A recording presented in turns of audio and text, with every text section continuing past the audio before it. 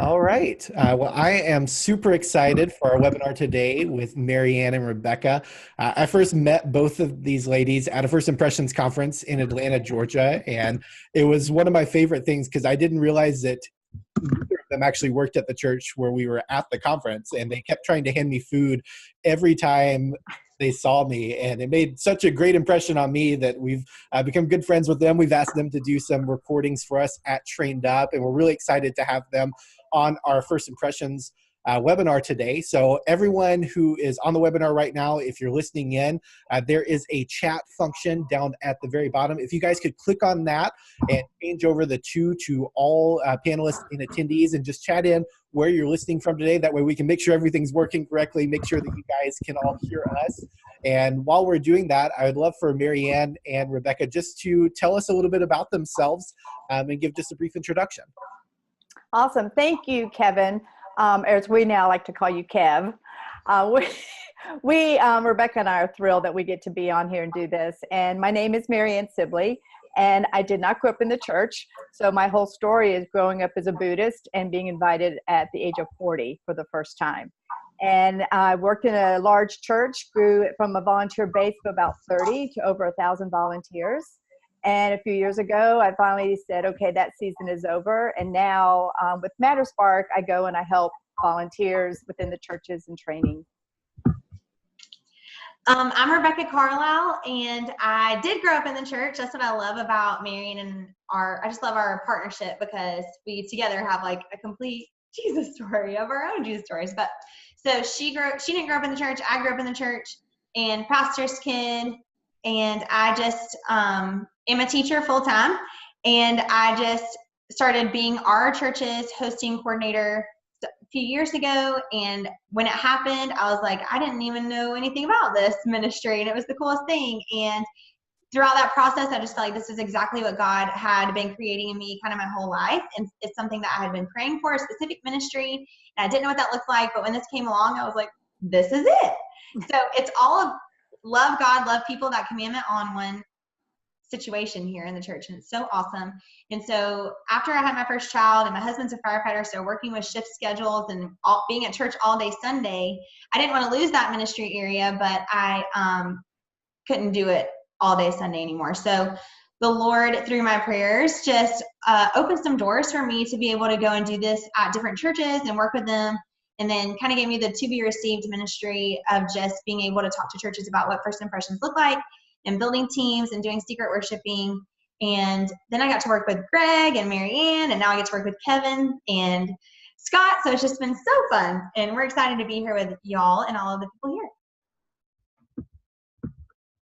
Awesome. Thank you both for that. One of the things that I'd love to do is sometimes we come into these webinars, especially as hosts and panelists, and it's really easy to know what we're talking about. And it's really easy to be like, oh yeah, everyone knows what First Impressions is and why it exists and why we do it. But I'd love for you both to just take a few minutes and maybe talk about it from both of your perspectives about what First Impressions is and why is it so important for churches. First impressions. When you just say that word, for me, it seems like you said so obvious, right? But I think we don't always have a name for it, but wherever we go in our world, we just know that feeling. It's that intangible thing where things are clean, where people are nice and courteous. There's some genuine readiness for you. There's a clean, fresh scent in the air. Like there's all these little things, and you walk in and you leave going, I feel special. I feel seen. And so for me, that is all what we should be doing in every single church. I mean, that's the church. That's what God planned. And the verse that our team would use over time was from Isaiah 44, where they talked about we're just kind of leveling the field for everyone. It's like every valley will be made high and every mountain will be made low and the rough spots will be a plain. And so what we look about as a team in First Impressions, people coming to church, we're just going to clear the way. We're going to remove the distractions. We're going to make sure that there's nothing that's going to like scare people or make it too hard to come to church or too confusing. And so all those little things, it's more than just greeting at a door. All of it comes together to create that first impression. And for me, when I think about why am I doing this, and I just know God clearly made me for this, not growing up in church. The very first time I went at 40, I was terrified to go to church. Now, at that point, I traveled around the world. I was big vice president in commercial lending, and I lent millions of dollars. So you would think from the outside, yeah, no biggie. At that point, our church that I went to was very, very small, but I was so intimidated. And I remember thinking, I'm not going to like them, you church people. Now I'm talking to myself. And I was sure that they were not going to like me because I was a single mom at the time. And so my guard was up, and seriously, I was looking for a reason to leave. I was just like, give me something because I so don't want to be here. But my 2 boys were begging me to take them to church, was a whole nother story. So it's very personal for me because I just look back and how people met me and just step by step led me to have a seat, to find a parking spot, to continually meet me wherever I was. And I kept coming back, and it became this safe environment. And so I could meet God. Yeah, and I just love Marianne's story. I think it does get so personal there. And for someone who grew up in church, I didn't know what that meant really, but God had just put a gave me his heart for guests and for people who were kind of coming into this thing for the first time. And so as I got into the actual professional ministry part of it, you hear the stat over and over again of it takes guests first 7 minutes of them visiting if they decide they want to come back to your church or not. And that is a really short amount of time, and it's before the worship and the teaching. And it doesn't minimize those impacts at all. It just makes it very important for this ministry to have a top priority so that we are organizing it and making sure that we aren't just willy-nillying it, that we're not just throwing someone out a door who has always been out a door and that's what they see all the time and what they're used to. So, and God's heart is for hospitality. And that is something that I try to always communicate to people. I know Marianne is the same way. You know, God creates the Garden of Eden, which was the most hospitable place ever created, so that he could be able to hang out with us and commune with us and build relationships with us. And then we decided we didn't want that. So then he created the tabernacle and the temple of his most beautiful excellencies displayed in these things so that he could hang out with us and commune with us and build relationships with us. And then we decided we didn't want that. So then God sends his son to embody God's heart for hospitality, to bring people in so that we could look at him and talk with him and laugh with him and eat dinner with him. And then we decided I didn't want that. But John Piper says that there's no greater act of hospitality than when Jesus died on the cross, that we might be welcomed into the kingdom. And then since we didn't want that, that wasn't good enough for us. Then God says, well, then you can have my spirit, my heart for hospitality in my spirit. I can put in you so that you can be Jesus to other people, so that you can gospel people as you hold open a door for them. And so one of my favorite verses for this is Romans 15:7, where it says in the Message version, so reach out and welcome one another to God's glory. Jesus did it, now you do it. And then it says, Jesus staying true to God's purposes, reached out in a special way to the Jewish insiders, so helping them understand God's heart for hospitality within the church, so that the old ancestral promises would come true for them. And as a result, the non-Jewish outsiders, the guests, would be able to experience the mercy and love of God. And then it says, just think of all the scriptures that will come true in what we do. So that is heavy in putting the importance on not just the statistics of the first 7 minutes guests decide if they want to come back or not, but the eternal significance of this ministry is so important that we get this right, then people will see Jesus and come to know him. And that's what it's all about. I love that. One of the things that it's really easy to think about first impressions as its own ministry and think about it as this isolated incident of, okay, we're going to be welcoming to ask people into the church. We're going to try and put our best foot forward. We're going to give them every reason to put their guards down and listen to what we're going to talk about. But in reality, it's so much more than that. It's not just about making the first impression. It's about what happens after that first impression. It's the whole reason that Marianne can be here with us on this webinar today is because someone made a great first impression on her, and then she was able to encounter the gospel gospel and give her life to the Lord. And now she gets to serve in this great capacity of helping other people do that. And, I love theology, and I loved every single part of this, because we're not just talking about first impressions from this surface level understanding, but these two ladies just went deep on some scripture for us to know why first impression matters so much. So what we do at TrainedUp is we always love to get super practical. Every resource that we put out is incredibly practical. And so Marianne and Rebecca, I'd love for you both to spend just a little bit of time and talk about some ways that the ministry leaders and churches that are represented on this webinar can get better at first impressions. What advice would you guys give to them? We need a separate webinar just on that, Kevin. So in effort of time, if there was just like one or two big things for me, it's knowing the heart of this ministry. This is not a throwaway ministry. This is not that just you can tag on to someone doing something else in your church and say, oh, how hard can it be? Because there's so much happening below the surface to really have it done well and to sustain it and to grow it. I mean, the purpose is really that we are going to have open arms to anyone that God decides to bring. I don't get to decide how big or small my church will be. I get to decide, am I going to be ready to love them when they show up, right? And so that whole thing of staffing for it, I mean, this is the drum. I know Greg and I, we beat the same drum. Church leaders, put in your budget to hire someone. There has to be someone that owns this.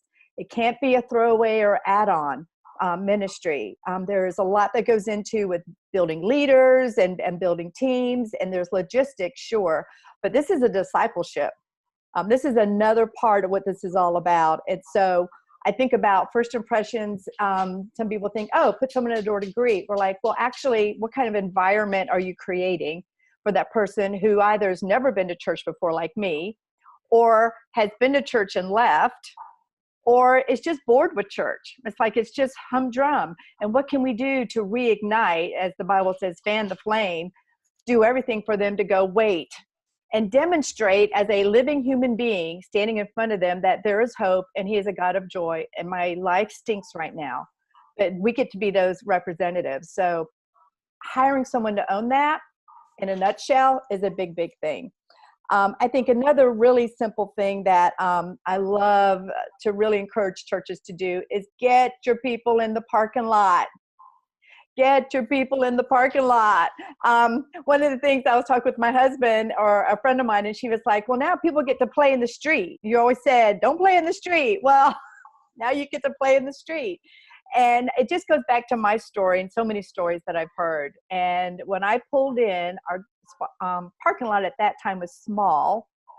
My stomach was churning. And I remember thinking, oh, there's no place for me to park. I'm out. I mean, I seriously was looking for a reason. And there was one man in the lot, and he waved and smiled at me and said, right here, Marianne. He didn't know my name, but right here. And I kind of inside went, darn it, I have to park now. Like I was trying to leave, but they saw me, smiled. That was a baby step. So I think the pushback I hear from a lot of churches is that our lot is so big, there's plenty of parking spot. People know where to park. That's not why we're out there. Human beings trump signs. A human being out there smiling will take an empty, scary, benign parking lot and bring Jesus Christ into the parking lot, if you feel with the Holy Spirit, as Rebecca just shared, and he will do supernatural things. We've had our roadies and parking lot guys in the parking lot thinking there's hardly nobody out there, but there was a guy playing tennis next door. They struck up a conversation because we were meeting in a school, and the guy goes, what's happening in the school on this day? And our volunteer goes, oh, it's church. He wound up inviting this guy to church, and the guy came. So parking lot, hire someone, parking lot. Awesome. Marianne, I heard this rumor that you really, really love when it rains. Yes. Can you talk about that? Yes. Oh my gosh. I love when when the culture is good, when your volunteers are like going, yes, it's raining, or yes, it's hot, or yes, it's anything out of the normal, right? So we have the umbrella brigade, as we like to call it. And we have them running to get the umbrellas. They're right at the front door. And we had this one woman. She was a grandmother. She rolled up her pant legs, or not her, pants, not her legs, her pants. And she grabs an umbrella, and we're walking people out to their car, and we're just encouraging them and having a good time and having fun with them. And when she came in, she wasn't prepared as she thought she was going to be for rain. She was one of our newer volunteers. And I said, want to be kind. Thank you for doing this. So sorry you had to get so wet. And she said, are you kidding me? My grandkids would be so proud of me. I had the best day today. I feel like I'm finally actually doing something meaningful. So rain, that's just an extra blessings. That's awesome. I love that, just because it's the simple things that we don't think about of how we can really go above and beyond, where there are always these little things that make such a huge difference in how we actually interact with guests and the people that are coming to our churches. Right. Absolutely. Awesome. Rebecca, how would you answer that question of, how would you help that church who's kind of thinking about first impressions? What advice would you give them of how they can do this better? Well, I think a lot of churches think that they've got first impressions down, that they have had the same greeters. They've been doing the greeting game for a long time, since the 100 years since they've been around, and that they're a friendly church. A lot of churches think that they are friendly, and they are to a certain extent. I think it's easy to get in a church bubble and not really remember what it's like to be a guest somewhere, especially at a church, or not really remember what it's like to walk into a situation where you don't know anybody, or you don't know the rules or traditions or the way things are set up. So recently, I secret worshiped at a church recently where it's an older church, and I went to lunch with the pastor afterwards, and he said, now everybody thinks that we're a friendly church. And first thoughts, do you think we are a friendly church? And I said, well, I do think y'all are friendly. I just think you're friendly to each other, because my husband and I and my kids came in. We didn't know anybody or where to go. And we walked past several greeters who were all very smiley and friendly, but they were so friendly that they were locked into conversation with each other or with people coming in that they didn't even notice us. And we looked very lost.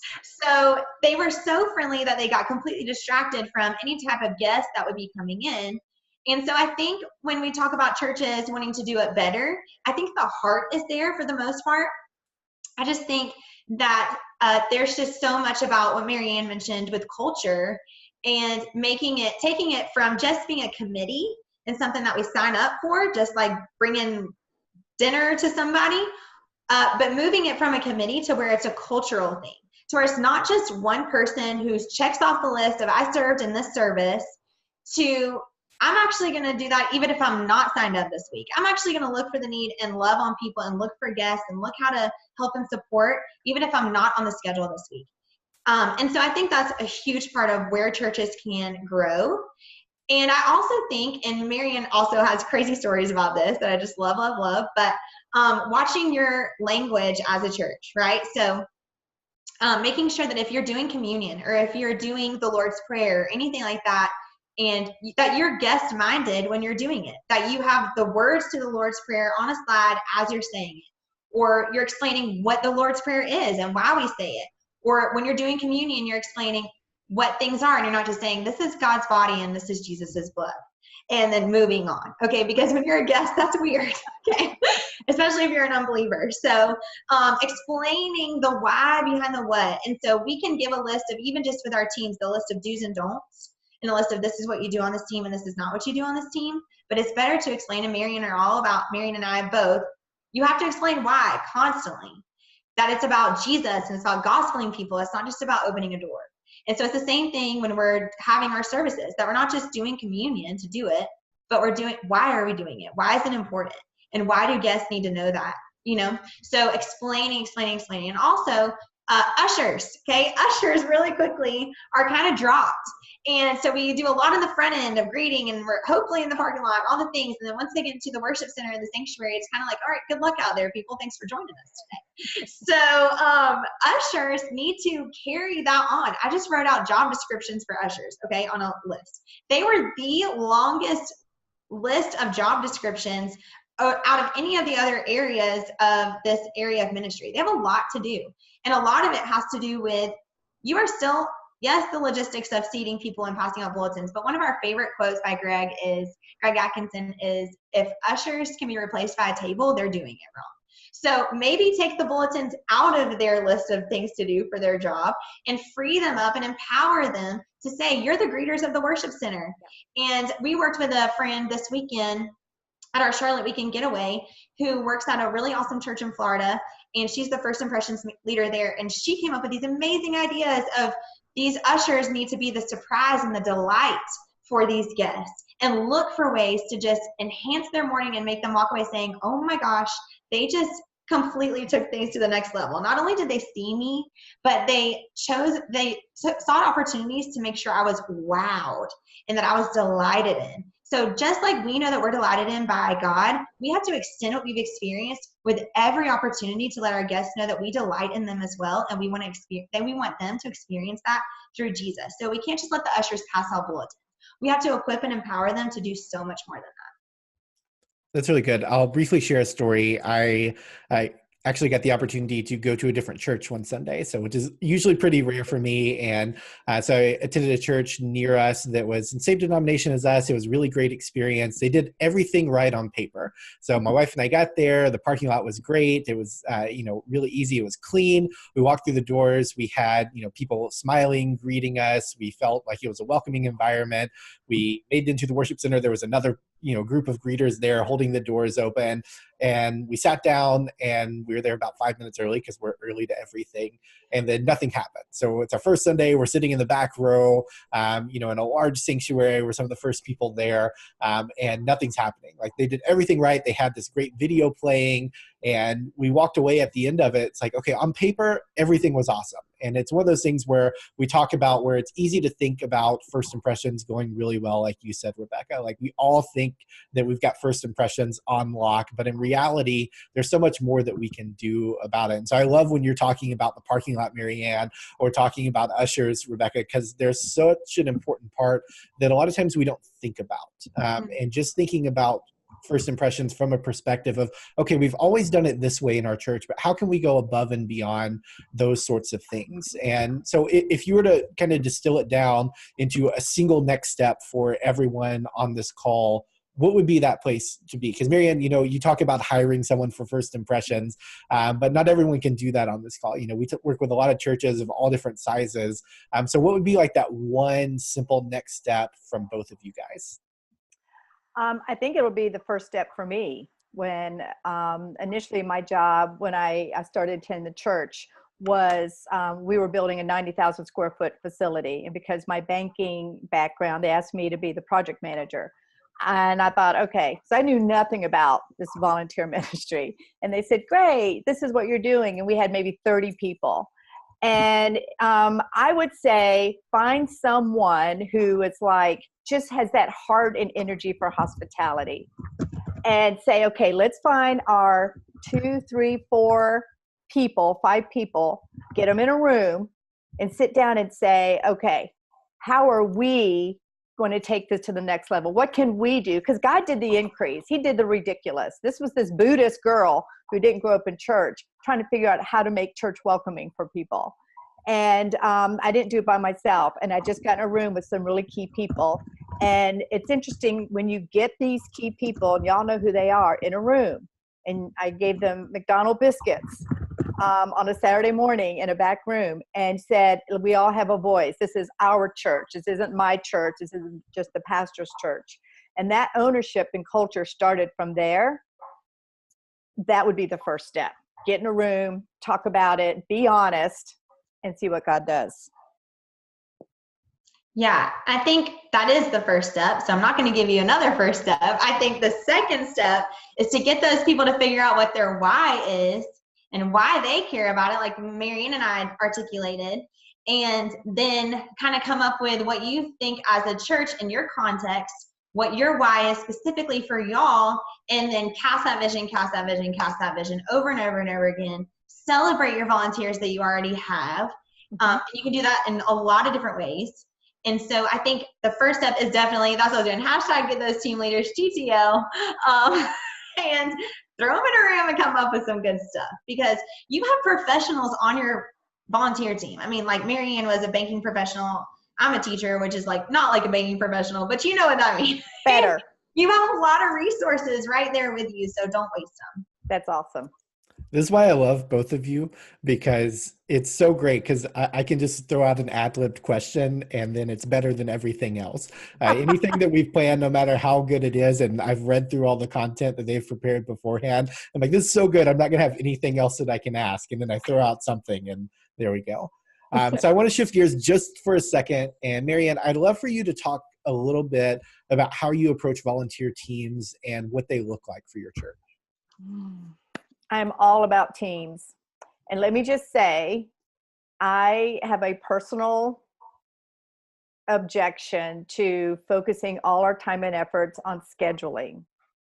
So a lot of questions, how do you schedule? How do you schedule? And that's part of it. I'm not neglecting that. But what I have learned for culture, I think that can be a distraction.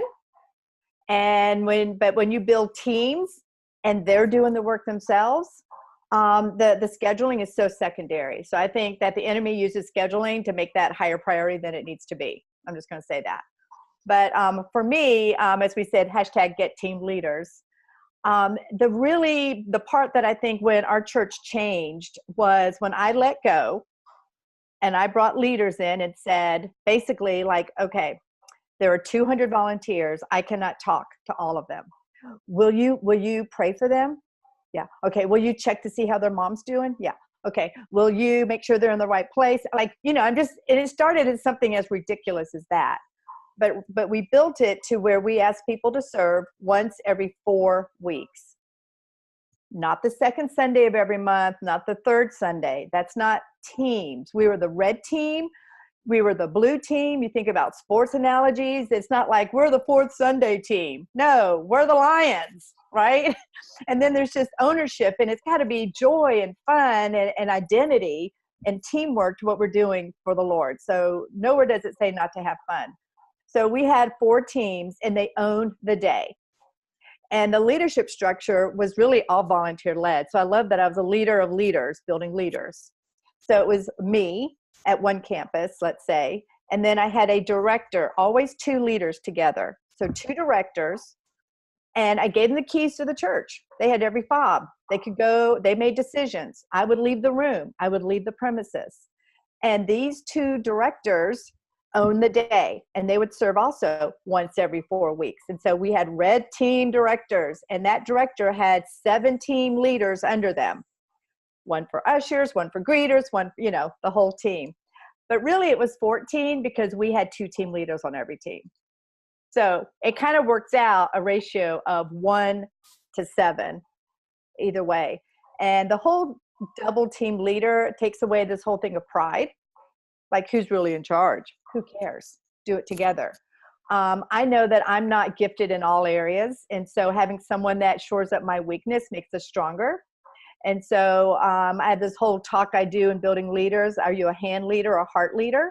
And we need both on a team. So we would do that, and the teams would just explode. And not this one weekend, but back in, was it October? We did a Charlotte weekend, and we had a church come and talked about this whole team.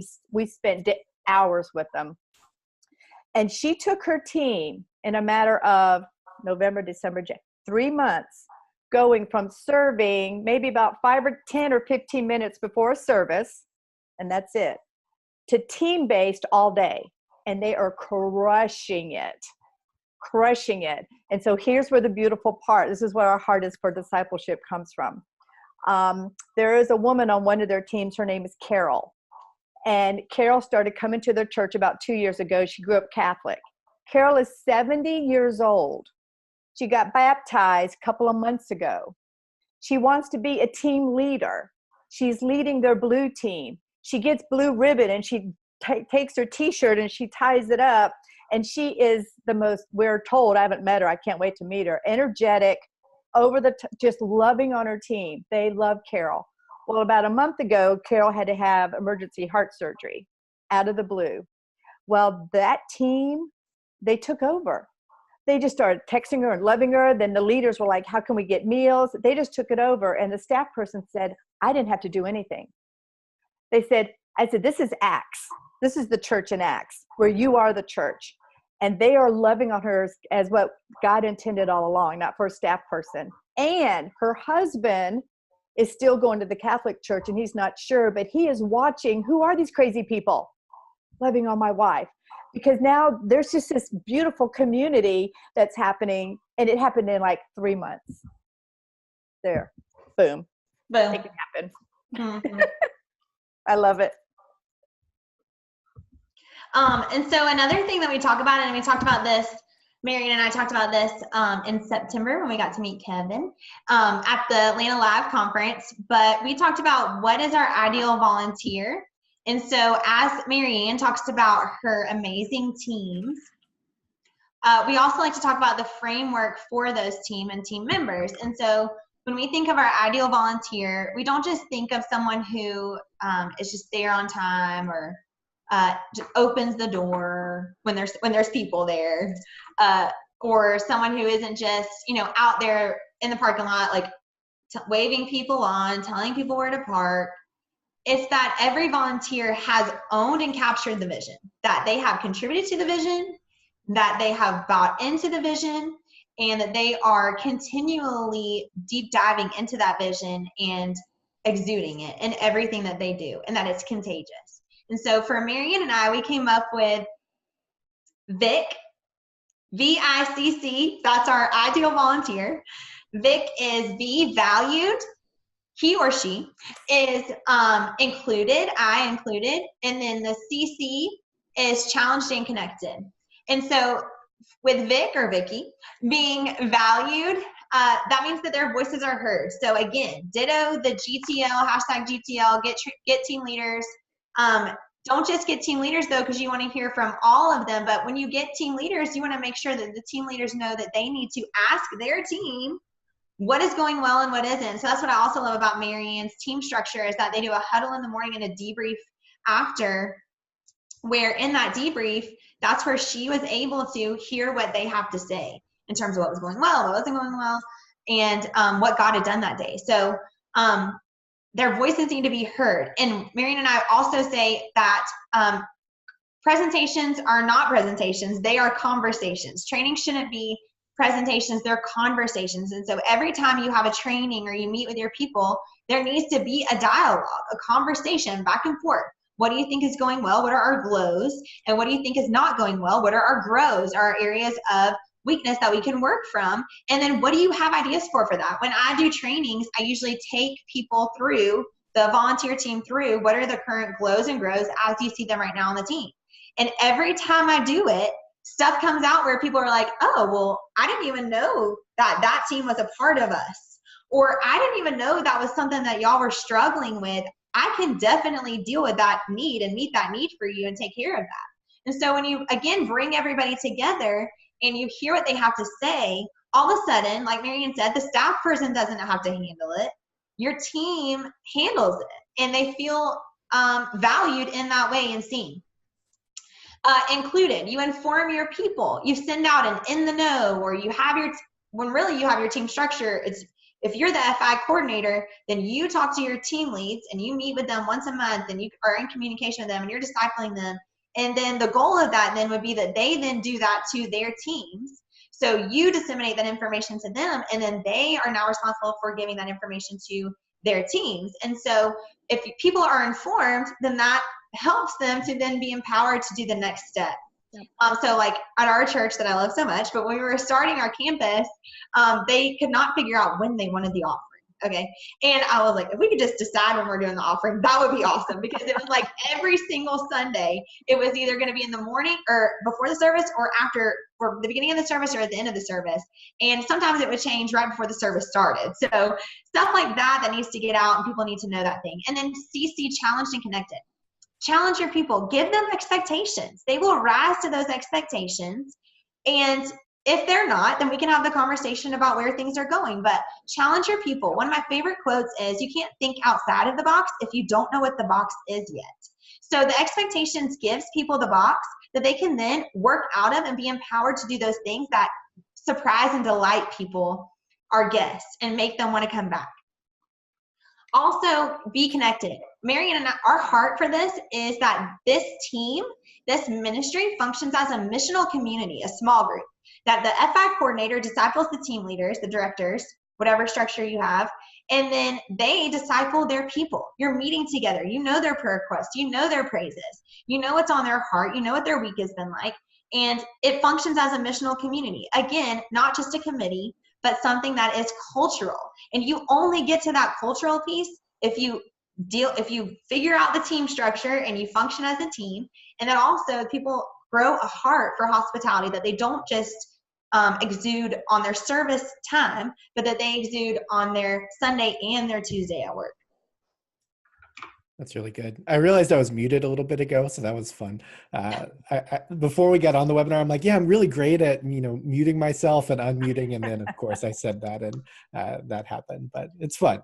So I want to go back and do one more question with both of you about first impressions. But before I do that, I just want to make sure to mention once again, we will do a little bit of Q&A right at the end. And so there's a Q&A button down at the bottom for everyone that's attending and on the webinar. If you could go, and if you have any questions, put it in that Q&A and not the chat, so that way we can make sure and see all of them and make sure that we get your question answered. So if you'll head over there to the Q&A and put that in there, we'll make sure to answer that down at the end. So the last thing that I would love to talk about with both of you is the idea of first impressions. We've already talked about it's not just this, random ministry in the church. It's something that's kind of all encompassing. So there's a lot of people on this webinar that aren't necessarily first impressions leaders or aren't over first impressions. Can you both talk a little bit about how first impressions relates to other ministry areas within the church? My favorite. Everything's my favorite, Kevin. But I think one of the beautiful things that we were able to do in First Impressions at our church was help break down silos between the ministries. On Sunday, everyone's in the zone, everyone's doing their thing. And sometimes it can be really stressful and hard, and we're all just trying to keep our head above the water. And when I started hearing things like the word they always get announcements. They get to da-da-da. I mean, that just makes my hair stand up more than this. And so I'm like, there is no they, we are they, who are they? Like we're they to them. We're stopping it. And so that was a big thing. The other thing was with our children's ministry, they would need help, and someone would say, oh, they came and stole one of our greeters because they feel like that was more important than us. And I'm like, okay, this has got to end.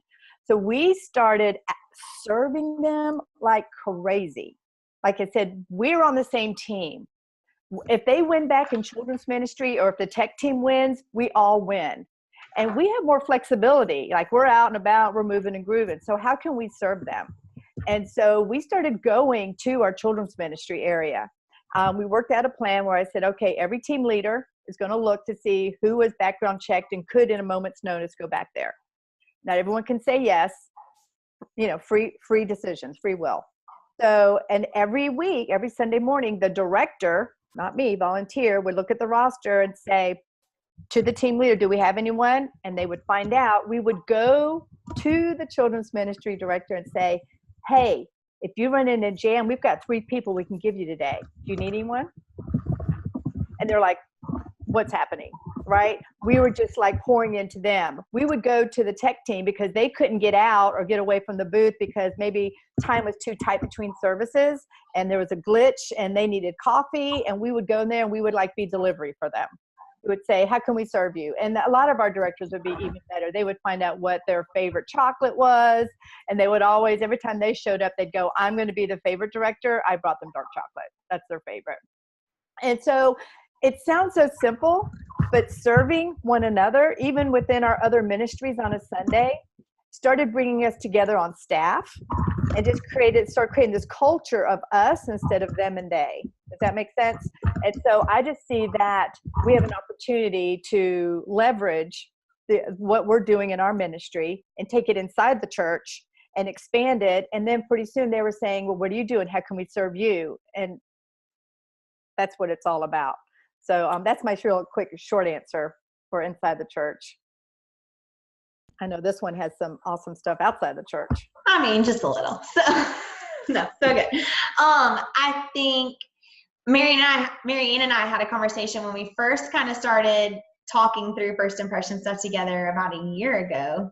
And one of the conversations was, how does first impressions, like if the greatest commandment is to go and make disciples, you know, well, love God, love people, but the Great Commission, go and make disciples. How does that reconcile itself with first impressions? Like, what's first impressions part in that Great Commission? Because it kind of seems like you can put first impressions in the box of, oh, well, one group is the group that goes out and gets the people, like the outreach people. They're the ones that are out there, our members are out there in the community, and they're the ones that bring the unchurched and the people looking for a good church. They're the ones that do the job of bringing them to the church. And then once we get them there, then it's our turn in first impressions. But really, that's not the case. And it is a little bit, because we do need to do the job of the first 7 minutes once the guests get there. But it's just as much our responsibility to draw people in. And so when you're building the culture that we've been talking about within your volunteer teams, that is contagious and that spreads. And it's not, again, like we said over and over again, it's not just something that you do on a Sunday during your service time. If you have truly captured the vision of what we've been talking about, God's heart for hospitality, and that has become something ingrained in you because of what you've seen God do in that ministry, then that's going to be something that's valuable to you, for you to be embodying as you go to work on a Monday and a Tuesday and a Wednesday, Thursday, and Friday. So that you are showing people God's heart for hospitality at work in the most tense situations, or you're showing God's heart for hospitality with your relationships with your family in the most tense situations, and so on and so on. And what that does is that ministers to people, that gospels people, not just as you're opening a door for someone to come into the church, but it gospels people as you love people where they are out in the real world. And so that's where first impressions seeps into outreach and discipleship and missions, is doing life with people, being aware of God's heart for hospitality, what he has for those that you influence. And one of my favorite quotes from our late pastor is, you cultivate what you celebrate. And in any ministry of the church, if you can cultivate a spirit of hospitality and team, and we can't just do this by ourselves, then that is going to help everything become more efficient and more authentic in the process. And that's what we have been constantly trying to preach within First Impressions. There was a lady at our church a few years ago, and her husband passed away, and she was very upset because the church didn't reach out to her, and she meant the pastor, but who did reach out to her was this wonderful, amazing, one of my favorite people in the whole world, young lady from the church.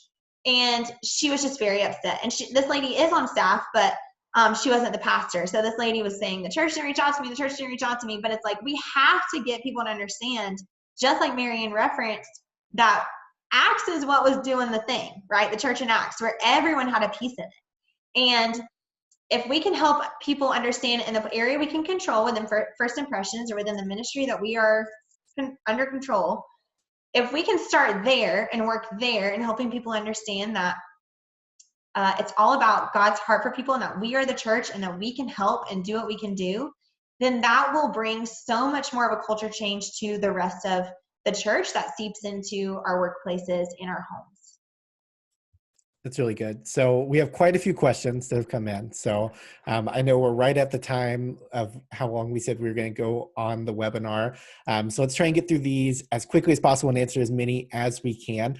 So if just one of you wants to chime in on each of them, I'll let you experts be the one to answer them instead of me having to answer them. So first one up is, do you have a secret weapon for recruiting volunteers?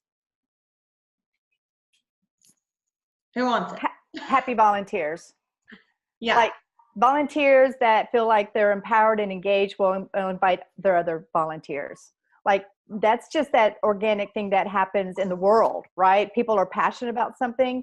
And when people really see, oh, you're not kidding, you're really going to be organized. Oh yeah, she made it really organized and easy and fun, and it's about the gospel. You should come.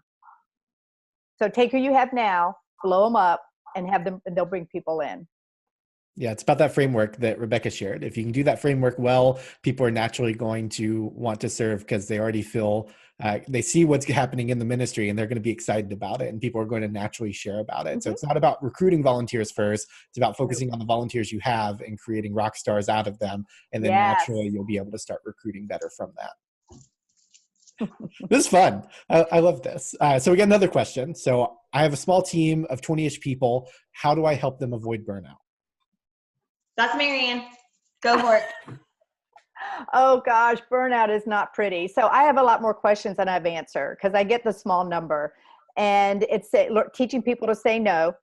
You modeling it first, because a lot of leaders and staff people I talk to, they're not modeling not burning out really well. They're not getting into church service. They're not letting everyone know God's got it unless someone is dying, which if that happens to know Jesus, praise God. But it's like taking those 20 people and looking over the landscape and just coming up with some time off and being intentional about it and just kind of breathing. But I think if you're that leader asking the question, I would just first start with you and say, what can you let go? What can you just breathe easy? Because everyone's looking at you and you're the one they're looking to go, it's going to be okay. So that's a real short answer for it, given the time, but model it. Awesome. So another question is, what does your first impression team look like on Sunday mornings? Do they wear shirts? Do they wear lanyards? What do you guys recommend? If you're on the, we have a Weekend Worship and Guest Services Facebook page has a lot of people on it who are coming from a lot of different places and have a lot of different resources. And one of the things when people ask this question, I mean, just the conversation about what's best, whether it's name tags, t-shirts, or lanyards. I think it's totally up to the context of your church and what works best for y'all. T-shirts to me seem to be the best thing because it gets rid of the whole, are you wearing appropriate clothes to church? And because hashtag modest is hottest, but also it promotes that team structure. But if you're not doing t-shirts, I think name tags are usually seem to be the best thing for people, depending on the debate that you're looking at. Mainly because they don't have to look like down and like figure out what your lanyard says, that they can see it clearly on your name tag. And I would add, if you can't do shirts and the name badges, above all else, body language. Yeah, that's really good. It doesn't have to be complicated. Like the smile on your face is enough to recognize that someone's with first impressions. Intentional. So can you guys speak on this one? This one's a tough one. Having hard conversations with specific volunteers that need to either change serving teams or maybe even rethink being part of first impressions at all. Yes. Do you want me to take that one, Rebecca? Go for it. Okay. Only because I've done so many of them. At the end of the day, you just have to have the conversation. I think the more we put it off, I had this acronym, I was working through it because, as soon as possible, you have to have it as soon as possible. You got to be sincere. You got to ask lots of questions, and then you got to provide some grace through the process ASAP. And so if there are people that have sometimes been doing it and it's just time for them to leave. And sometimes just sitting with them, they realize they were afraid to say, I want to quit because they would maybe be seen as not as committed. And I don't love God as much. But a lot of times, if you can get a culture going, hey, we're going here, would love for you to come along. And if they don't come along, that's okay. And we can make exceptions. But if it becomes really unhealthy and toxic, unfortunately, the hard thing is sitting down with them in love and saying, here's one question we used to do. We role play this on Sundays with my leaders because they would say, I don't think that person, they look awful. They look unhappy. I'm like, go have the conversation and ask them, tell me what you love best about serving today. And if they go, it was okay, but then you have another question. So tell me why you're here today. Right? And they will tell you. And if they go, oh, I love being here, we actually had to say we don't see it, in a loving way. So you would be surprised. The more we're afraid of it, the bigger it is. And we want to release people to wherever God wants them, even if it's to go home and just rest. That's really good. So a couple more questions, and we'll hit to these real quick. So the first one had to do earlier when we were talking about culture. So how do you even begin to shift the culture? That always seems like it's like people know that culture needs to shift, but it's hard to figure out how to do it. Can one of you talk a little bit about that? I think that the first thing, and we've talked about this before, and we talked about whenever we do our Charlotte Getaway weekends, this is the first thing we focus on too, is kind of examining where you're at currently and then deciding where you want to go. But the first thing you have to do to decide where you want to go is decide why you want to go there or why you even care about changing. And so I know it's kind of annoying, I guess, at a certain point that we say why so much. What's the why? But it is important because you can't get to where you want to go without knowing why you want to get there, and people won't follow you if they don't know why either. So by digging into what your personal why is, number one, and then what your team's why would be, number two. And so I think if you want to start changing culture, you have to model it, you have to believe it, you have to know what you're doing in terms of why you're doing it, and then bring people into that with you and have that conversation like Marianne was talking about. Get those team leaders, get them in a room and talk through them what they think would be the best direction to go, and get the people that are going to be excited about it, make it look so fun, and that people are missing out if they're not jumping on that train of the culture moving in that certain direction. That's right. Yeah, absolutely. That's so good. That's one of the things that we'll hear over and over and over again. If you read any blog post on TrainedUp, you're probably going to get something about starting with your why. If you can start with that, you can change the culture. Don't just try and start doing everything first. You have to communicate the importance of why you're doing it first. Once you do that, you're either going to have people saying, yes, I want to do that, or like, I'm not really agreeing with that. And they may have some valid concerns that you haven't thought about, and you can talk with them through those, and they may help you even figure out some of those extra ways to do it. Or you may realize that maybe it's time for them to join a different team inside the church, and they're not, fitting in with the culture of what's happening there. And it's hard conversations, but if you're not willing to either let people go or also listen to the input they have, then you're not going to be able to shift culture very well. And so you have to make those distinctions first and be willing to do those things. And I want to jump in real quick. When we talk about whys a lot, I want to challenge these leaders also to come up with the why for every specific post you have. Like, why do we stand at a door? Because Marianne told me to. No, that's not a good answer. Why are we outside? Why? Like, so if you go through and every volunteer go, well, we're outside because volunteers can't see where the entrance is, and we want to make sure they see us. Oh, that's why you want me to be outside when it's cold. Awesome. So 2 more rapid fire questions real quick. So first up is, for the First Impressions team, do they stay in their posts the entire service, or do they go sit down at some point? There's never sitting in our world. Never. No. I think the way our team structure is, you're there all day. And that includes attending a service. So now it's like, okay, we sandwich every service before and after even the last service. So you're obviously standing. We have roles where if you can't stand for long periods of time, your volunteers, you provide that. But now I've already attended first service, second service is off and running. Now what do I do? Well, this is when I take breaks, I build relationships, I can be discipling, I could be praying, I'm available, we can sit, we can stand. It's very flexible. So, it's not like this. But if we're aware and we're not having what I call nose-to-nose conversations, but shoulder-to-shoulder, and we see what's happening, we can be sitting and still be effective. And to jump in, Marianne and I have been talking through this weekend of the whole concept of serve one, attend one. And we're like, that sounds like you're cutting yourself off from what God could do with you still, So we're not just serving one, attending one, we're engaged in all of it.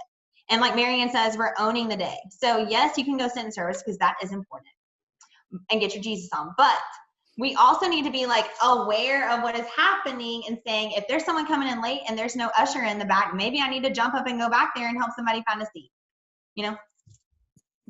Awesome. So last question is, who should own first-time guest follow-up? Should it be First Impressions or should it be a separate ministry? Yes. Depends on the size of your church and everything. You know what I mean? I think that's a great question. But as you grow, you have to always, this is what I look at, is this sustainable? Like, where's my focus? So for our size and culture, yes, maybe I or whoever can do both. But the mindset has to be, but what if we were to double? What if 200 people came in today? Then what does that look like? And so you want to be able to focus. So again, this isn't about siloing. This is about leveraging and spreading it out and working together through it. Yeah, there's some churches that hire, and even like not even big churches that I'm around that I've been working with that aren't even that big, that have hired someone specifically for just follow-up. Because if you want to do it well, if you want to be able to track people and all that, like definitely make it something to where it is sustainable, like Marianne said, but make it a priority because that's how you get people back. Yeah, awesome. Well, I want to thank both of you for joining me on the webinar today. I always love being around people that are way smarter than me about specific ministry areas, because not only do I get to learn a lot, but I also get to learn a lot. I get to learn some, and then I get to learn even more, and so it's always great. We will be sending out a recording of this webinar. We'll be sending that out tomorrow after we get it up. We'll also be available for follow-up questions. So if there's something that you didn't ask and you didn't quite get an answer for it, head over to trainedup.church. We'd love to engage with you. A lot of our team members have served in First Impressions. One of our team members, Ben, he leads First Impressions ministry at his church, so he'd be happy to answer any of the questions that maybe didn't get answered or that you have some follow-up questions. Head over there. We also have a lot of resources on our website as well. We love to direct you to some of those, a lot of them about First Impressions. But thank you all for attending the webinar. We'll send over that link tomorrow. And Marianne and Rebecca, thank you so much for joining me today. Thank you, Kevin. You know? Bye. Bye.